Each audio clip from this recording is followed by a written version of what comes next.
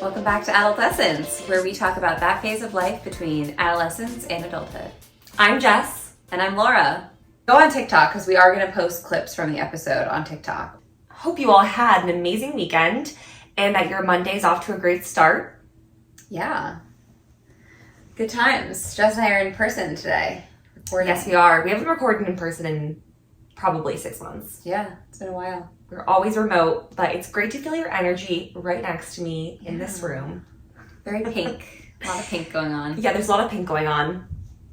All right, well, we already told you last week, but we're shortening the episodes. We're just doing 30 minutes for each episode, so no rambling. We're going to get right into it. Yep, straight down to business. And before we do that, just a couple quick plugs. Make sure that you're following us on TikTok, like we just said. We're going to be posting more video clips from the episodes. And also, please make sure that you go leave us a rating and a review on Apple Podcasts. You can leave us a rating on Spotify. Wherever you get your podcasts, please give us some love. And here's a plug that we don't do often, but I think we should, is share the podcast with a friend, especially now that they're only 30 minutes. They only cover one topic. If you feel like this topic is super relevant, like you had a conversation with a friend the other day about, today we're talking about credit cards, for example, and you want to share the podcast, that's a great way for us to grow too. It's just word of mouth. So if you like it and you feel like someone you know would like it too, definitely share it. And that would be great. All right, let's jump into it. So Today we're talking about credit cards. Yeah, so I feel like this episode was inspired by conversations that we've had and like conversations that we've had with others too, just about credit cards and how we view them. And I don't know, we all view them very differently, I think. We do, and I feel like my eyes have been opened recently to the fact that a lot of us are carrying credit card debt around. And there's this YouTube channel that I started watching. The creator's name is Caleb Hammer, and he basically does these financial audits with people. It's a whole range of ages, but typically it's like Gen Z and millennials. And he deep dives into their finances and goes through everything, like how much is in their bank account, how much is on their credit cards, what types of debt they're carrying. He even goes into their Credit Karma and pulls open Credit Karma and looks at like all of their history of debt. And it's been kind of shocking seeing how many people are in deep credit card debt. Yeah, it's crazy. I mean, to go along with that, I posted this on our story on Instagram the other day, but I saw this post on the Morning Brew Instagram account, and I don't know, it was very shocking to me because I don't think of Gen Z as being old enough to have like a lot of credit card debt. I don't know, because the oldest members of Gen Z are 26, so it's like, I don't know. But anyway, they said that the Gen Z's average debt rose to over $16,000 in the final quarter of last year, which is a 3.1% increase compared to the prior period. And that's actually the biggest increase among all the generations. So Gen Z is very quickly racking up credit card debt, even though they're pretty young. And I just think that sucks. That does suck. And it's funny because you're saying like, oh, they're so young. Like, I wonder how this could happen. But I feel like people a lot of times open credit cards in college, and that's where it all begins. Like, we're all reckless to begin with in college. Mm-hmm. And I feel like that's a common gateway to getting your first credit card. And you're like, how am I going to afford this fun lifestyle where I go out all the time and, you know, wear cute clothes to all these parties and for my frat mixers? Oh, get a credit card, rack it up, worry about it once I'm making an income. And I feel like people don't really realize at that age what the long-term implications look like of racking up $10K plus worth of credit card debt in their college years. Very true, honestly. What was your first credit card experience? So I got a credit card for the first time when I was a senior in college, and I got a Capital One secured credit card because I had no credit history. Like, I had no evidence that I was responsible with credit, which, plot twist, wasn't gonna be. Spoiler alert. Spoiler alert, yeah. Spoiler alert, wasn't going to be. But it was like a $500 limit, and I had to put down like $300 to get it, and then had to have like good habits for a little while before I got the money back and before I had a bigger limit. So that was my first introduction. How about you? Yeah, I got different card, but similar. It was my senior year of college, actually. I mean, before that, I was an authorized user on one of my mom's cards. but I never spent any money on it. It was basically just so that I could get her good credit. Yeah. But then when I got my first credit card, it was senior year of college. And one of my friends couldn't believe that I didn't have my own credit card. And he was like, you need to open one. What the heck? So I opened the Discover student card. I feel like that one was classic back then. Yeah. Everyone had that. I think my limit was $1,000 and I didn't really use it. Yeah. I mean, I don't know about you, but in my household growing up, the rhetoric was very, very strongly against credit cards. Like, my parents, when I was younger, were big Dave Ramsey followers. I wouldn't say that they still are, but at the time, like, that was a huge thing in our household, was like, debt is bad. Like, and I would hear them listen to the Dave Ramsey show, and I would just hear constantly, I'm debt free. So, like, I was kind of scared of credit cards for a while, and then they started using credit cards again when I was older, and for a while I avoided them. But then once I was lured in by the temptation, I definitely abused them a little bit. Yeah, I mean, I think it's easy to change your mindset when you're around. It's like all about who you're around. So when I was growing up too, my parents didn't really use credit cards. It was all about paying for everything with your debit card, and that was what I was taught and what I learned. And then I don't know. I guess I personally never fell into it. I really kind of avoided them, but I feel like I can understand why people who are, especially people that are friends with other people that have credit cards and are big users of them, I can understand why people end up racking up a lot of debt. 100%, because I feel like, and this goes for any type of habit or like behavior, but it's very easy for friends to normalize things for you that maybe isn't healthy or normal. And that also goes for families. Like, maybe your parents, you know, were reckless with credit cards, and that's why you were reckless with credit cards. Like, it's very easy to be influenced by the other people around you and just like justify the behavior and be like, I should have $10,000 on credit cards because I was fucked by student loans and my salary is enough, and when I get a bigger salary, I'm going to pay it off. Like, that's a very common rhetoric, I feel like, in a lot of different social circles.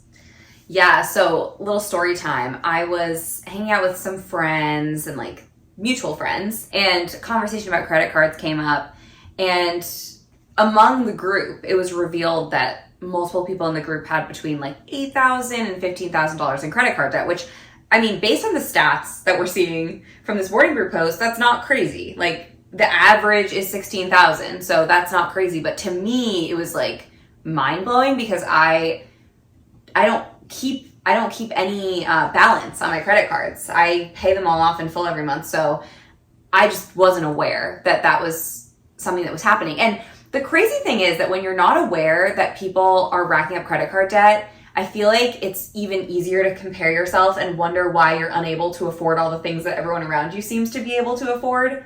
Like, oh my gosh, how is this girl, you know, living in this insane apartment and buying all these beauty products all the time and like doing all this stuff and going out every weekend and surviving and like paying her bills? And the reason is because she's not paying her bills. Yeah.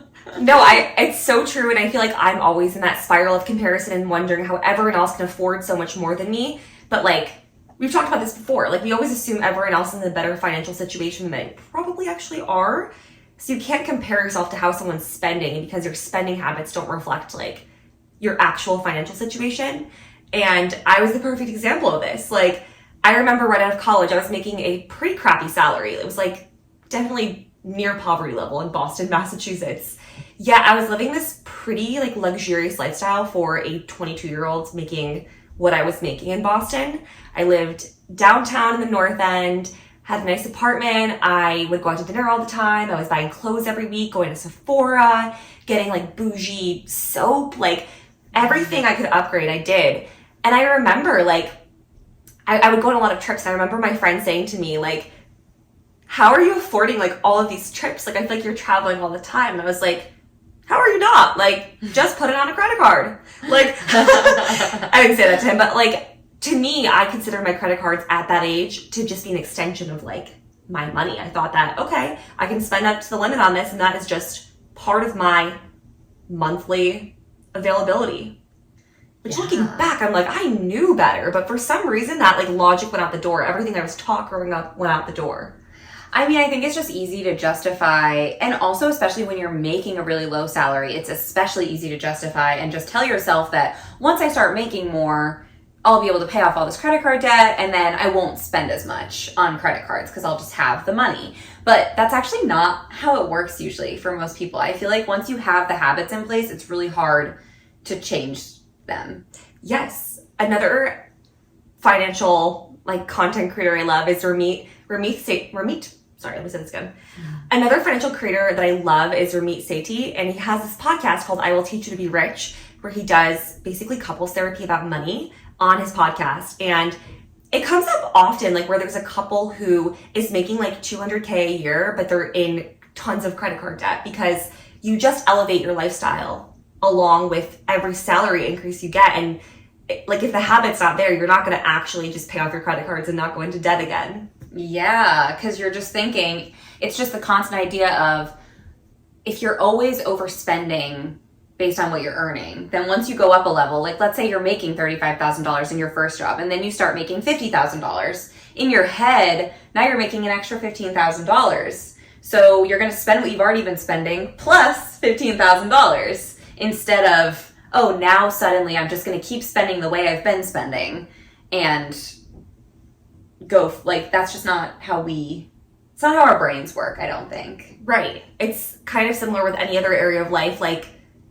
if you're not working out a little bit now, like if you're not running a little bit now, what are the chances you're going to be able to run a marathon next year because you set that goal for yourself? Like, if you're not building the habits now, it's hard to like just have a complete overhaul of your finances. And I certainly like ran into that because in the time that I was carrying credit card debt, which I will say was not that high, it was like a couple thousand, but I was spending up to like my limits at the time, and I was carrying that debt, but I had gotten probably 3 different salary increases during the time that debt was there, and I just kept increasing even more debt. Like, it just, I don't know, like once you're in it, it's kind of like this weird psychological thing where you're just like, this is the norm. And it, like you're saying, if your friends are all doing it too, it can seem like it's the normal thing to do. Mm-hmm. And yeah, if you're friends with people that are spending a lot on credit cards, I think the pressure to feel like you have to keep up to a certain extent. If all your friends are going on a trip and they're all just putting it on their cards, it can be hard to be the one to say, actually, I can't afford that, because to your point, maybe they're thinking, well, just put it on your card, girl. Like, right. You can afford it. Yeah. Something I wanted to ask you is, why do you think Gen Z is in so much more credit card debt than previous generations? What's the difference? Yeah, it's a good question. I think that there's so much influence now. Like, if you think about, obviously, millennials, we experience this too, but I would say to a little bit of a lesser extent, because this all started happening as we were growing up. I mean, I even remember when I was in middle school watching like the OG beauty YouTubers. Yep. Bethany Moda was my girl. Oh, I was obsessed with her. Such a Dolce Candy girl. Ooh, okay. I didn't watch her. But like massive hauls of makeup. Massive hauls. Week. And she would always, every month, it was my April favorites, my May favorites, my May empties, like all these trends. Wow, it's really bringing me back. A little bit of nostalgia for you. Yeah, and I wanted to get this is such a side note, but I wanted to get all the baby lips, the Maybelline baby lips, because those were huge. And I remember every time I would go to CVS, I would always buy a new one, because I was like, I'm going to get a new color. And some of the colors girls have every color. Ugly, and I never wore them, but I just wanted to collect them all. They're like purple. I remember there's a lime green one that had a purple shade. But the girlies on YouTube would literally hold up their collection with their nails, and they'd have like 15 of them and be like, here's my collection. Maybelline baby lips. Yeah, and you'd be like, I want to have that quantity. Like, just seeing all that makeup sitting there, I was like, I want that much. Yes. So to your point, yeah, it started when we were growing up. But I think when it was starting, I didn't have any income. I mean, I was like in 8th grade, I think, when I was watching Bethany Moda. So I didn't actually have the means to buy stuff. But I think if I could have, I probably would have.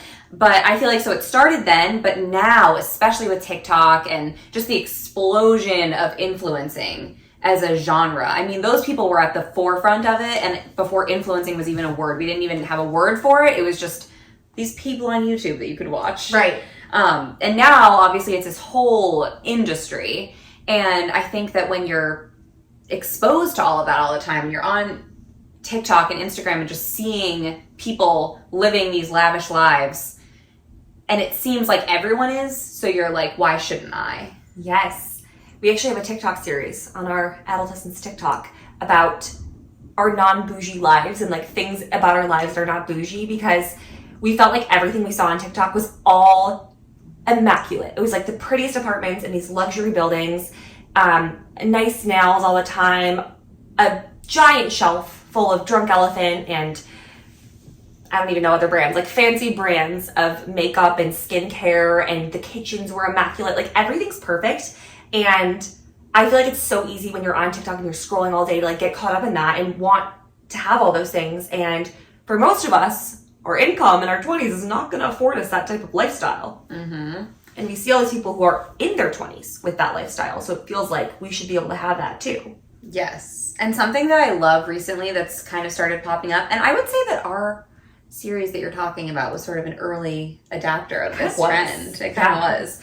But this idea of de-influencing, that word has started to pop up, and I really like this trend where we're just fighting against this consumer culture and saying that you don't need all the stuff. And I mean, it's hard. I don't think it's going to happen overnight because there's so many people that make their livelihood on this now, which is kind of crazy. I mean, this is a whole economic zone where there's people that are not, the de-influencing trend is great for us as just regular people, but for these people who make their livelihood off of affiliate sales, they're not going to readily adopt the de-influencing idea. So I think, it's not going to happen overnight, but I do think that there's something to just questioning why you want things. If you're scrolling and seeing something, just questioning, do I really want that? Or do I only want that because I've seen it now in 3 different people's videos? Yes. Like, I feel like I have the urge to go get manicures all the time now because of TikTok. Because every girl, when they're posting or showing something, it's like their nails look so nice. I've never been a nail girl. I'm like, I don't really care that much, but like now I want to get manicures every 2 weeks and I haven't fallen for it yet, but like it influences you to want things that you didn't even know you wanted before. Mm-hmm. Well, because you don't want it. You're just like momentarily influenced. Right. I don't necessarily, it's not something that's part of my lifestyle. I mean, I think that, so getting back to the original point, the difference between Gen Z and millennials to an extent and the older generations is just that our parents didn't see all of this. Like, it's funny because I feel like sometimes when you're talking to your parents, it can feel like they're very out of touch with reality, which, I mean, it's not that they're out of touch with reality. I guess that's not the way to say it. It's more like our reality. They're out of touch with our reality. Exactly. Because like my mom will always say, well, you could just get a house. You could just buy a house. I mean, it doesn't have to be like our first house was like tiny and like, bad or whatever. And it doesn't have to be perfect. But I mean, I don't know. That's just not what you see. You don't see people moving into shitty houses. No. And I feel like our generation kind of skips over the we don't like really graduate into like nicer and nicer apartments. We just go straight to the nice apartment. Like we go straight to a luxury building or we go straight to a beautiful house because I think part of that is because everything is content, right? Like we're always posting online. You don't want to have like this outdated 70s house that you're posting all your content in, or like even taking a photo in as a non-influencer. Like I think that affects how quickly we are moving into these like nicer and nicer places.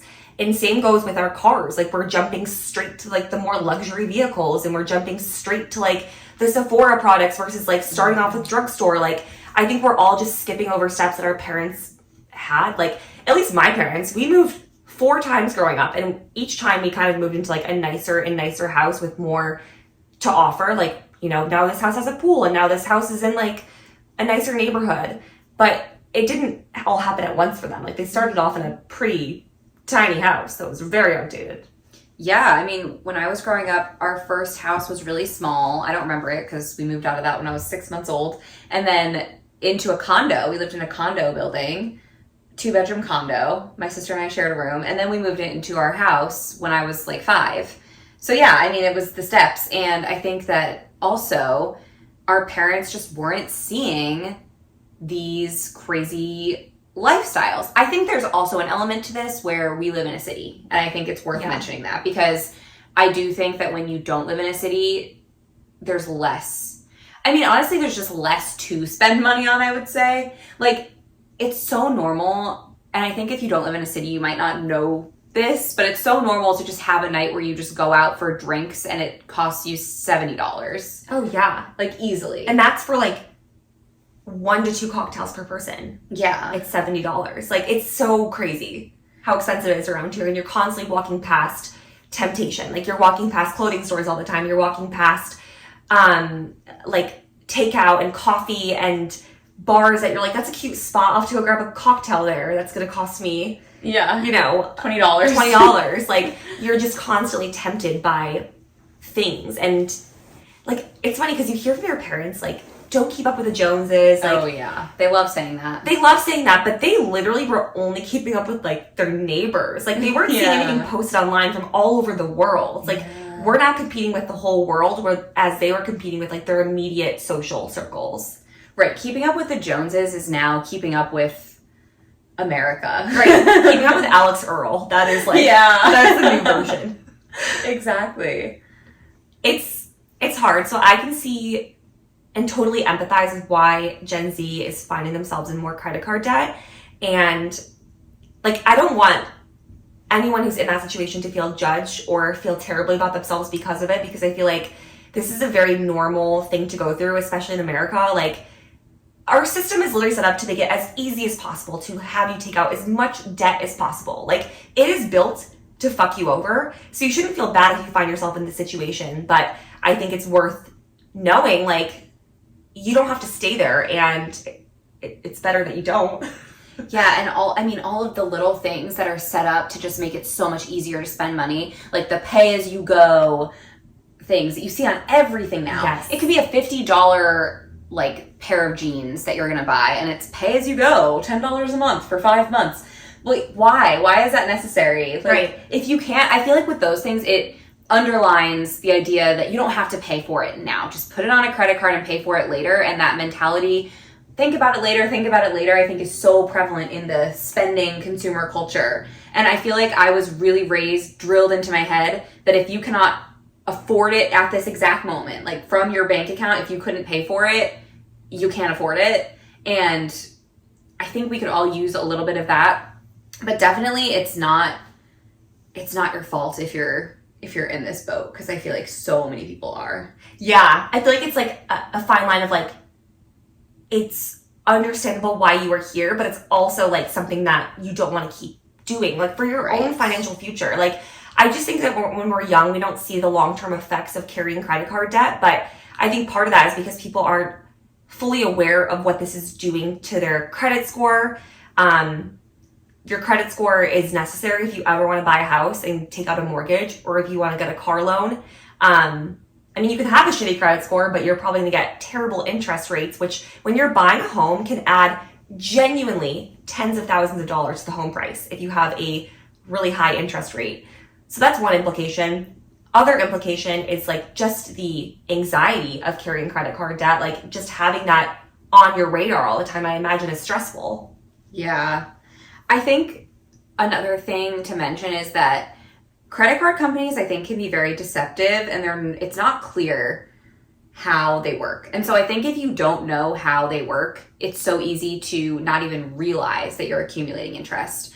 So I think, just to clarify for anyone who might not know, a minimum payment means nothing, basically. It's essentially just like a random number generated by the credit card company. It's not even necessarily going to cover all the interest if you only pay the minimum payment. Usually the minimum payments on my cards are $35. If I only paid $35 on my cards every month, that wouldn't even cover the interest of the amount on the card. Right.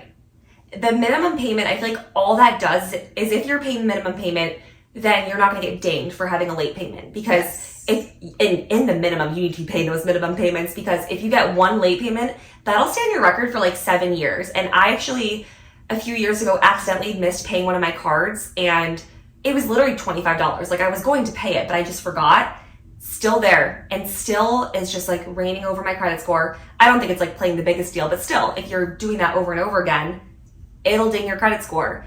But like, if you're revolving a balance of $3,000 on your card, you're paying the interest on that every single month. Mm-hmm. And the interest rate is usually over 20% for a lot of cards. So yes. Yeah. So I mean, just in terms of if you're, listening to this or watching and you're thinking, okay, well, I'm in this situation, how do I get out? I would say the biggest thing is if you can pay off the statement balance every month. That's obviously what you want to work towards. If you can't quite afford that, pay as much as you can. If it's, you have a $3,000 balance and you can pay $1,000, pay $1,000. Don't just pay the $35 minimum payment, because at least then you're actively digging yourself out. You're paying more than the interest that's accumulating. Yeah, and when I was digging myself out of the credit card debt that I had accumulated after college, I think what really helped me was like just getting in there and just facing my finances, because literally for probably 2 years after college, I was just so afraid to look at it. I was like, I don't want to know. Like, I'll go in here occasionally to pay things, but like, I'm scared to come to terms with how much I'm actually spending. But I did, and I went through and I made a budget for myself. But first I kind of went through and figured out how much I was spending on takeout, restaurants, Ubers, clothing, travel, and I got real with myself about the reality of how I was spending. And then I figured out how much I could actually afford based on my salary, and like started to work towards that. And it took a long time to like get my spending under control, but I feel like you have to go through this step if you want to eventually be someone who doesn't carry credit card debt. Yeah, definitely an important first step. And I would also say that if you are someone that really struggles with overspending on credit cards, maybe cancel your credit cards or stop using them for a while until you pay off the full balance and until you do that step and get your shit under control. Because if you continually keep using them and overspending, you're never going to get into a good situation. So I think some people just aren't built for credit cards, and that's okay. I feel like we're given all this messaging about credit card hacking and like you can earn so much back if you use credit cards instead of debit cards. But if you're financially not doing well with that system, then the rewards you're getting back are not actually making up for the financial losses. Yeah, I feel like I hear that a lot on these like YouTube videos I watch from Caleb Hammer. It's people being like, well, I had to spend $4,000 because I was going to get 1,000 airline miles. Like, it's not going to benefit you if you're accumulating interest at the same time or going deeper into debt. Like, that is not a healthy mentality. So yeah, I feel like going back to the basics, like just having cash, like a debit card, is the way to go until you get your spending under control. Like now I use credit cards very healthfully. Like I pay off my balance in full every single month, but I first had to go through a phase where I was not using them and was just like focusing on spending what I was earning every month.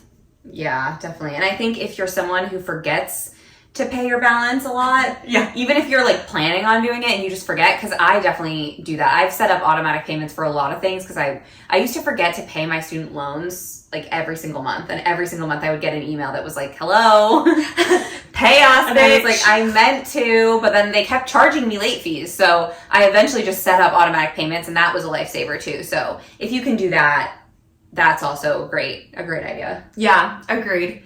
I just think moral of the story is like, even if all your friends have credit card debt, don't let yourself get caught up in that.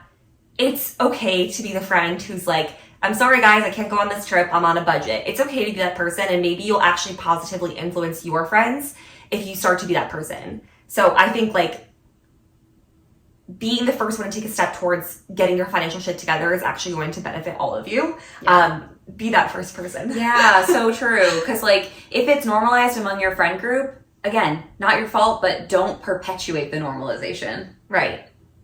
It's not a good one to normalize. No. If your friend group's really into like healthy eating and going for runs, great. That's a healthy habit. Normalize but that. Credit card debt, let's cut that at the source. I feel like we're all about normalizing things, like normalizing struggles, but I think this is one that we just can't put our stamp of approval on. No. Because like it's just so important, especially in America, to like have your financial shit together, because no one's here to help you. Like there truly is no safety nets unless you happen to have rich parents. Like you're kind of screwed if you end up defaulting on your credit cards and having to file bankruptcy someday. Like that's going to ruin your future. So Yeah. don't let yourself get to that point. Just get your credit card under control now.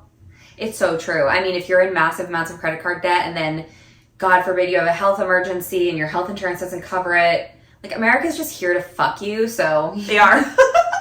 you might as well do all you can to not Right. receive it. Fight back against that bitch called America. Yeah. All right. All right. Good one. Well, thanks for listening. We'll see you all next Monday with a brand new episode. Bye, besties. Bye.